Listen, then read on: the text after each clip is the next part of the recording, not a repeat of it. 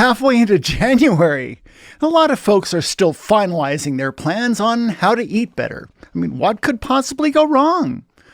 Well, as you know, best laid plans and all that. I mean, maybe it's just something we learn as children. December is when we finalized our wish lists for Santa, and we appealed to any supernatural power willing to indulge us and did all that bargaining. Do you remember? Oh, please, Santa, if you bring me that BB gun, I promise I'll use it to do good in the world. And then as adults, we just have an updated version of the same script, promising to do better, to eat better, to live better, and do all those better things. And then January rolls in like the illegitimate love child of a pea soup fog and a splash of cold water on the face. And yeah, like I said, best laid plans and all that. Well, today I'm going to give you some super easy tips to help you actually do a little better and eat a little better without completely screwing it up or completely reinventing yourself. Just super easy stuff. I think the buzzword right now is micro habits. I think that's what them young kids are saying these days anyway. Well, you may have watched my Diet Roundup playlist that closed out 2024, and if so, then you're definitely better informed than most people and better equipped to make good decisions, not only in how to eat, but also how to understand why those choices can make a positive difference in your life's quality. Now, if you haven't watched that playlist, I mean, first of all, shame on you, but don't beat yourself up too badly. At least not yet. And never fear, I'll post a link to that playlist in the comments and also at the end of this video so you can cure your FOMO and improve your life all in one fell swoop. Did I use that right? Fell swoop? Fell swoop? Why doesn't that sound right? Fell swoop. Am I using that right? Fell swoop. But I digress. In any event, I'm going to use this time to give you some easy-to-use micro-habit style tips that will help you actually do things a little better, and then you'll be, better. The first step, number 1, is don't expect perfection. There's another old adage that you shouldn't let the perfect be the enemy of the good, and it's really true. I can't count the number of times I've heard someone say, I'd like to do better, but I'm worried that I can't do all those things that you're supposed to do. But you know what? That's fine. You don't have to be perfect. If all you do is eat one less fast food meal per week than you did last year, you know what? That's great. You should feel good. No, you should feel great about that. Just making that one small change successfully is so much better than making some grandiose plan and sticking with it for exactly 0 minutes. And I want you to apply this thinking to every tip in this video. If you only do one of these things and you only do it one time, that's awesome. Feel good about that and feel good about yourself. The funny thing about feeling good is that it's kind of addictive. If you get that one thing right, you might like how that makes you feel, and you might start wanting more and more of that feeling. And even if you don't, you still succeeded at that one thing, and nothing can take that away from you. So set your goals realistically and feel good about every win. Don't expect perfection from yourself. If you can't be perfect, then try to be good. Don't let the perfect be the enemy of the good. And that's tip number 1. And it's number 1 because it is the most important. Do what you can. And more importantly, enjoy it. Like nuts. I mean, in fact, they're so enjoyable. Let's make that our second bullet here. Eat more nuts. Believe it or not, there is actually a little bit of controversy surrounding nuts. They can be a little high in fat for some people, but that tends to be healthy fats. I've heard some keto adherents point out that cashews are high in carbs, and while that is true, in my opinion, that's more of a strike against keto than nuts. Nuts are packed with fiber and micronutrients, and at the end of the day, people who eat nuts have a significantly lower risk of all-cause mortality. Did you catch that? All-cause mortality. In other words, eating nuts makes you less likely to die of everything. Everything. And this isn't just one random outlier study. It's been confirmed by multiple studies. Nut eaters are less likely to get sick, period. And they're just delicious. The nuts, that is, not the nut eaters. I wouldn't actually know about them. But this isn't working, is it? Well, forget it. As for me, anyone who tells me to avoid cashews is just nuts. But here's a weird piece of trivia about nuts. Most of the things you think of as nuts are not nuts. You may have already known that peanuts, for instance, are actually legumes, which makes them more like a pea or a bean. What you may not already know is that almonds are also not true nuts. They're stone fruits, more closely related to olives and peaches and cherries and coffee and plums. In fact, the only true nuts that humans commonly eat are hazelnuts, acorns, and chestnuts. But as far as the nutrition and health benefits and deliciousness, that's just botanical trivia that you don't have to worry about. All of the health studies on nuts just treat them all as nuts. And you should too. Go nuts with nuts. Eat them every day. I posted a really easy recipe for an amazing cashew pecan nut butter that I used to sell at the farmer's market. Here's a quick link to it, and I know that some people watching on phones don't get these little links I put in the middles of my videos, so I'll also post a link in the description for you. Number 3, same goes for beans and legumes. Again, there are some people out there who disagree with me on this, believe it or not, but the problem with their opinion is that it is wrong. According to Christopher Gardner, a nutrition scientist whom I really respect because of his extremely balanced perspective, recommends that we eat more legumes. I'm sorry, paleo, but the verdict is in. Beans are great for you. They're loaded with protein and fiber and tons of vitamins and other nutrients. It's really hard to go wrong with these. Easy to prepare, easy to use, they cost next to nothing, and as it turns out, they are tasty, nutritional powerhouses. Just make sure to soak them before cooking and skim the stuff that comes up to the top. Soaking will break down the unhealthy lectins in the beans, and pressure cooking them even more so. Getting rid of the stuff at the top of your soaking water will also protect the quality of life of the people around you. I'll just put it that way and let you figure it out, but trust me on this. If you love the people in your life, soak your beans and skim the top. Most store-bought beans are cooked right in their cans and have not had all that stuff removed, and as I'm sure you know, that often results in the results that insult. So, just cook your own. Another little trick with beans is to cook them in the stock you have in your freezer because you watched my videos that show you how to make the nutritionally supercharged essential ingredient that I showed you how to make in my previous videos on chicken, right?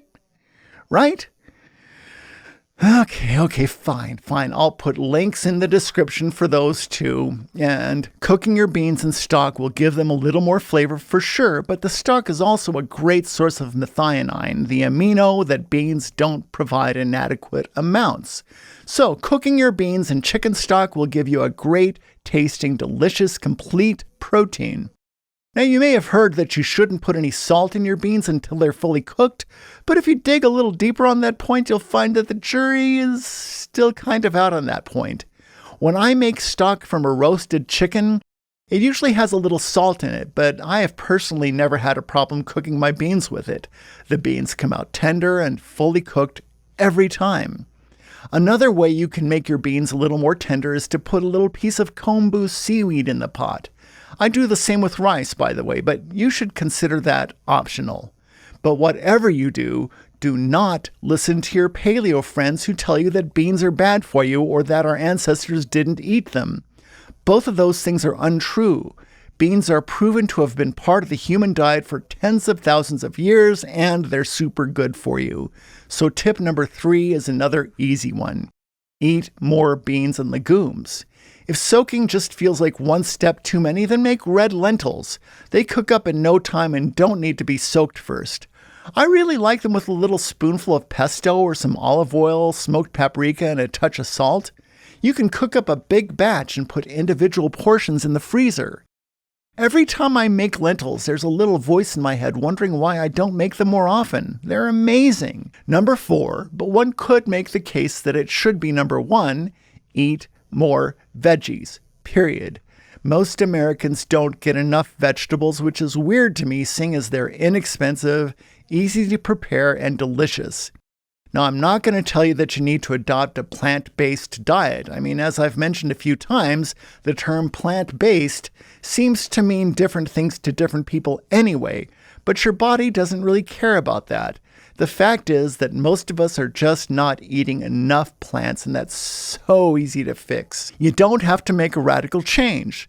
This whole list is about doing the easy and the good, and the easiest way for you to make your whole diet just a little more plant-focused is just to add some veggies to whatever it is you're already eating. If you want a steak, then put a little steamed broccoli on the side. If you're having a hamburger, then don't skip the lettuce, tomato, and pickle. This is so simple, and it's really up to you. You don't have to reinvent yourself. Just add some plants to whatever it is you eat. You can have a lot of fun with this one. If there are things in the produce aisle that you're unfamiliar with, just pick one new thing, read up on it, and have fun. Never cooked a parsnip? They're actually really easy to like, so give it a shot and expand your experience a little. Make it a game. Figure out what you like and is easy for you. Maybe it's adding a little salad to your meal. Maybe you like a little side dish of roasted cauliflower, which is ridiculously easy to make.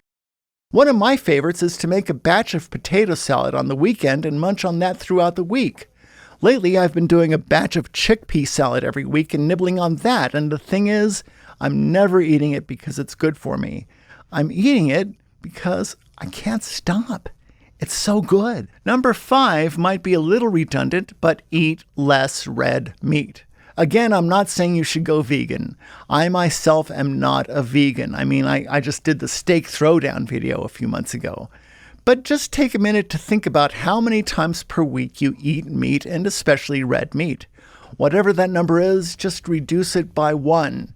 If you eat beef every night for dinner, try making 1 dinner per week without it. I know enough people talk about Meatless Monday to the point where it's become a cliche, but it's not a bad idea if you can do it.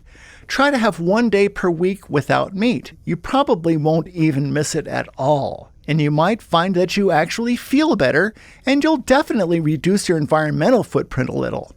This one is easier than it sounds. If this is the only thing on this list you do, it'll make a bigger difference than you might expect. Number 6. I know that for some people this one is actually kind of a big ask, but to whatever extent you can, cut back on the soft drinks. Yes, even the diet versions. In fact, maybe especially the diet versions. Sugar is at least a real food, which is more than can be said about a lot of the artificial sweeteners, which are about as frankenfood as it gets. I can't think of a single player in the food industry that spreads more lies and disinformation than the makers of soft drinks. Possibly their favorite piece of disinformation is this idea that a calorie is a calorie. Another way they say it is, all food is good food, and then you can put anything you want in your body, and as long as you exercise enough, it's all the same, and therefore soda pop can be part of a healthy diet.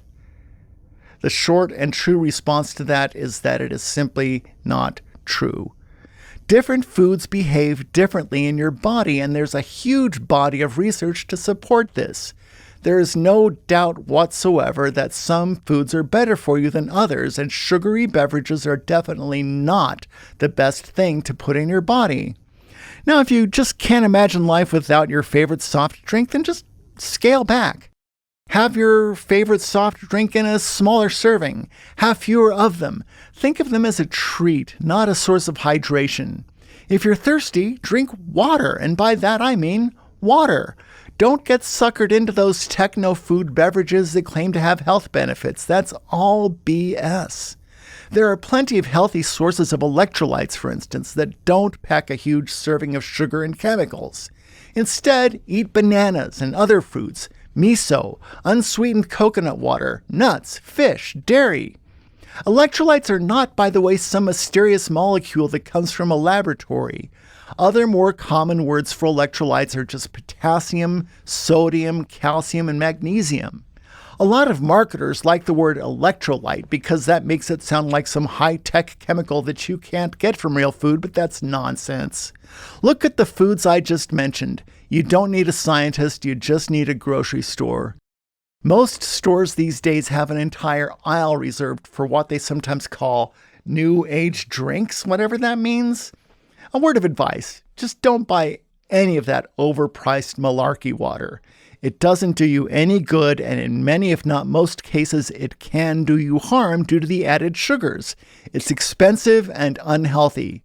Again, if you really like it, then think of it as a treat. Fine.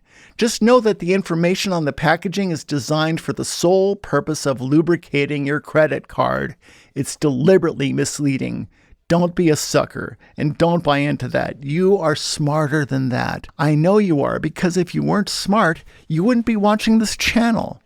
That's how you're smart. Smart. You're smarty pants. Oh, and speaking of watching this channel, the algorithm wants me to always remember to tell you to like and subscribe and comment, because that's what keeps the channel going. YouTube is an amazing resource, and it just keeps getting better and better.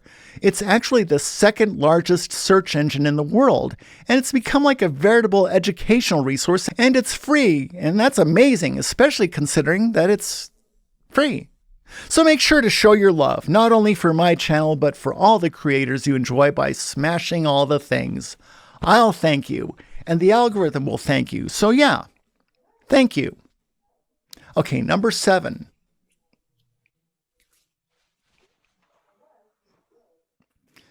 Okay, number 7. Or for you, it's this. Is it this or is it this? This? I don't know. Number 7 is so close to number 6 that it's almost the same topic, but what can I say? I promised you 10 tips, so this gets its own bullet point, which is drink more water.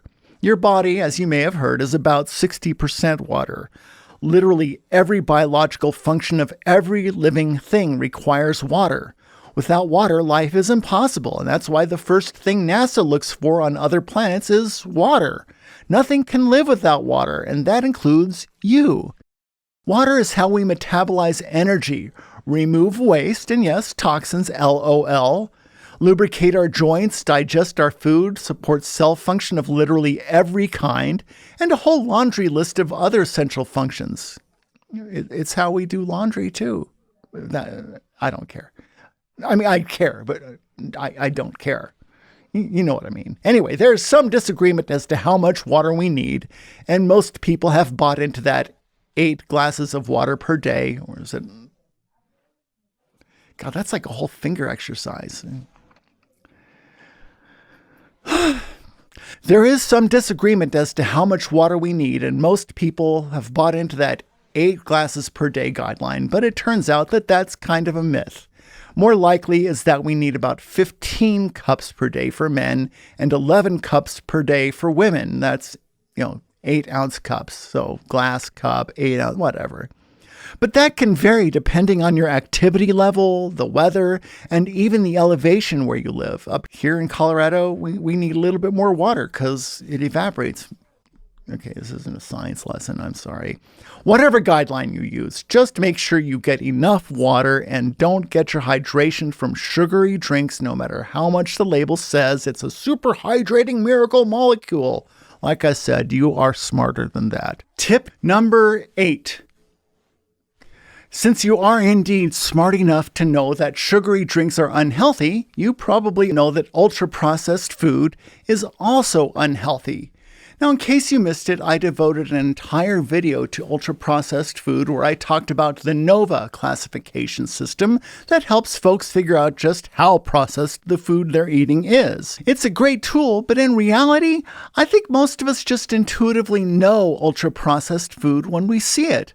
But take the time to read the ingredients in your food, or better still, try to buy things that don't have an ingredient list. I'd even go so far as to say that some of the things you don't think of as being particularly healthy, if you cook them from scratch, might be better for you than the boxed dinners and frozen meals that claim to be healthy and have healthy all over the labels but are full of unpronounceable ingredients.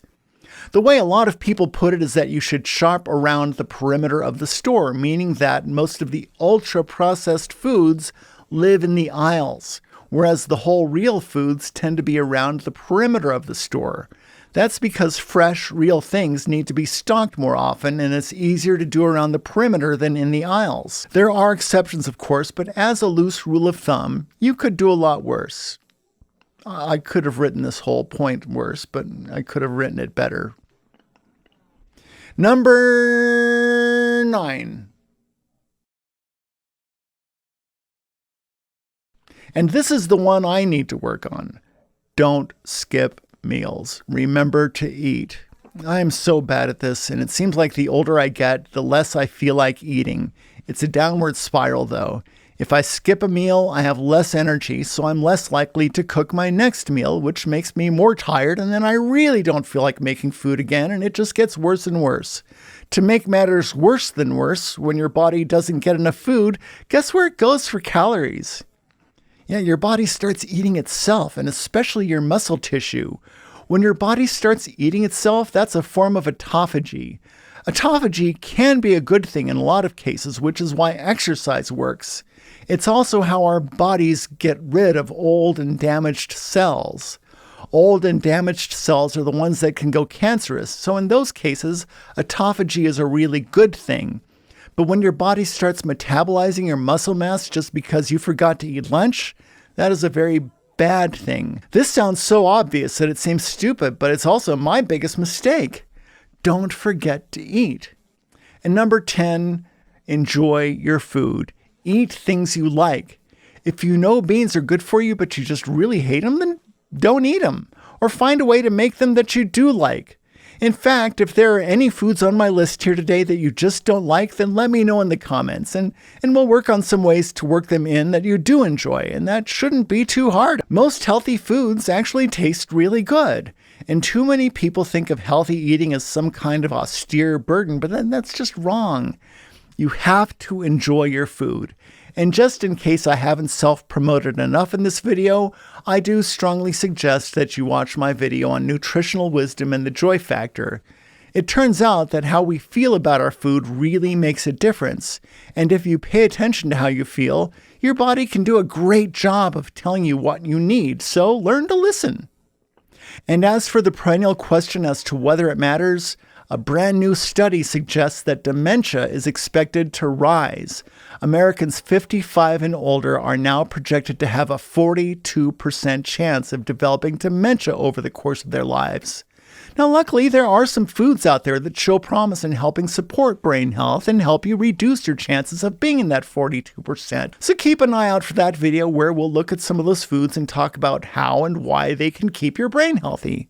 But for now, it's time to wrap up this video. Thanks so much for watching. I hope to see you next time. Ciao.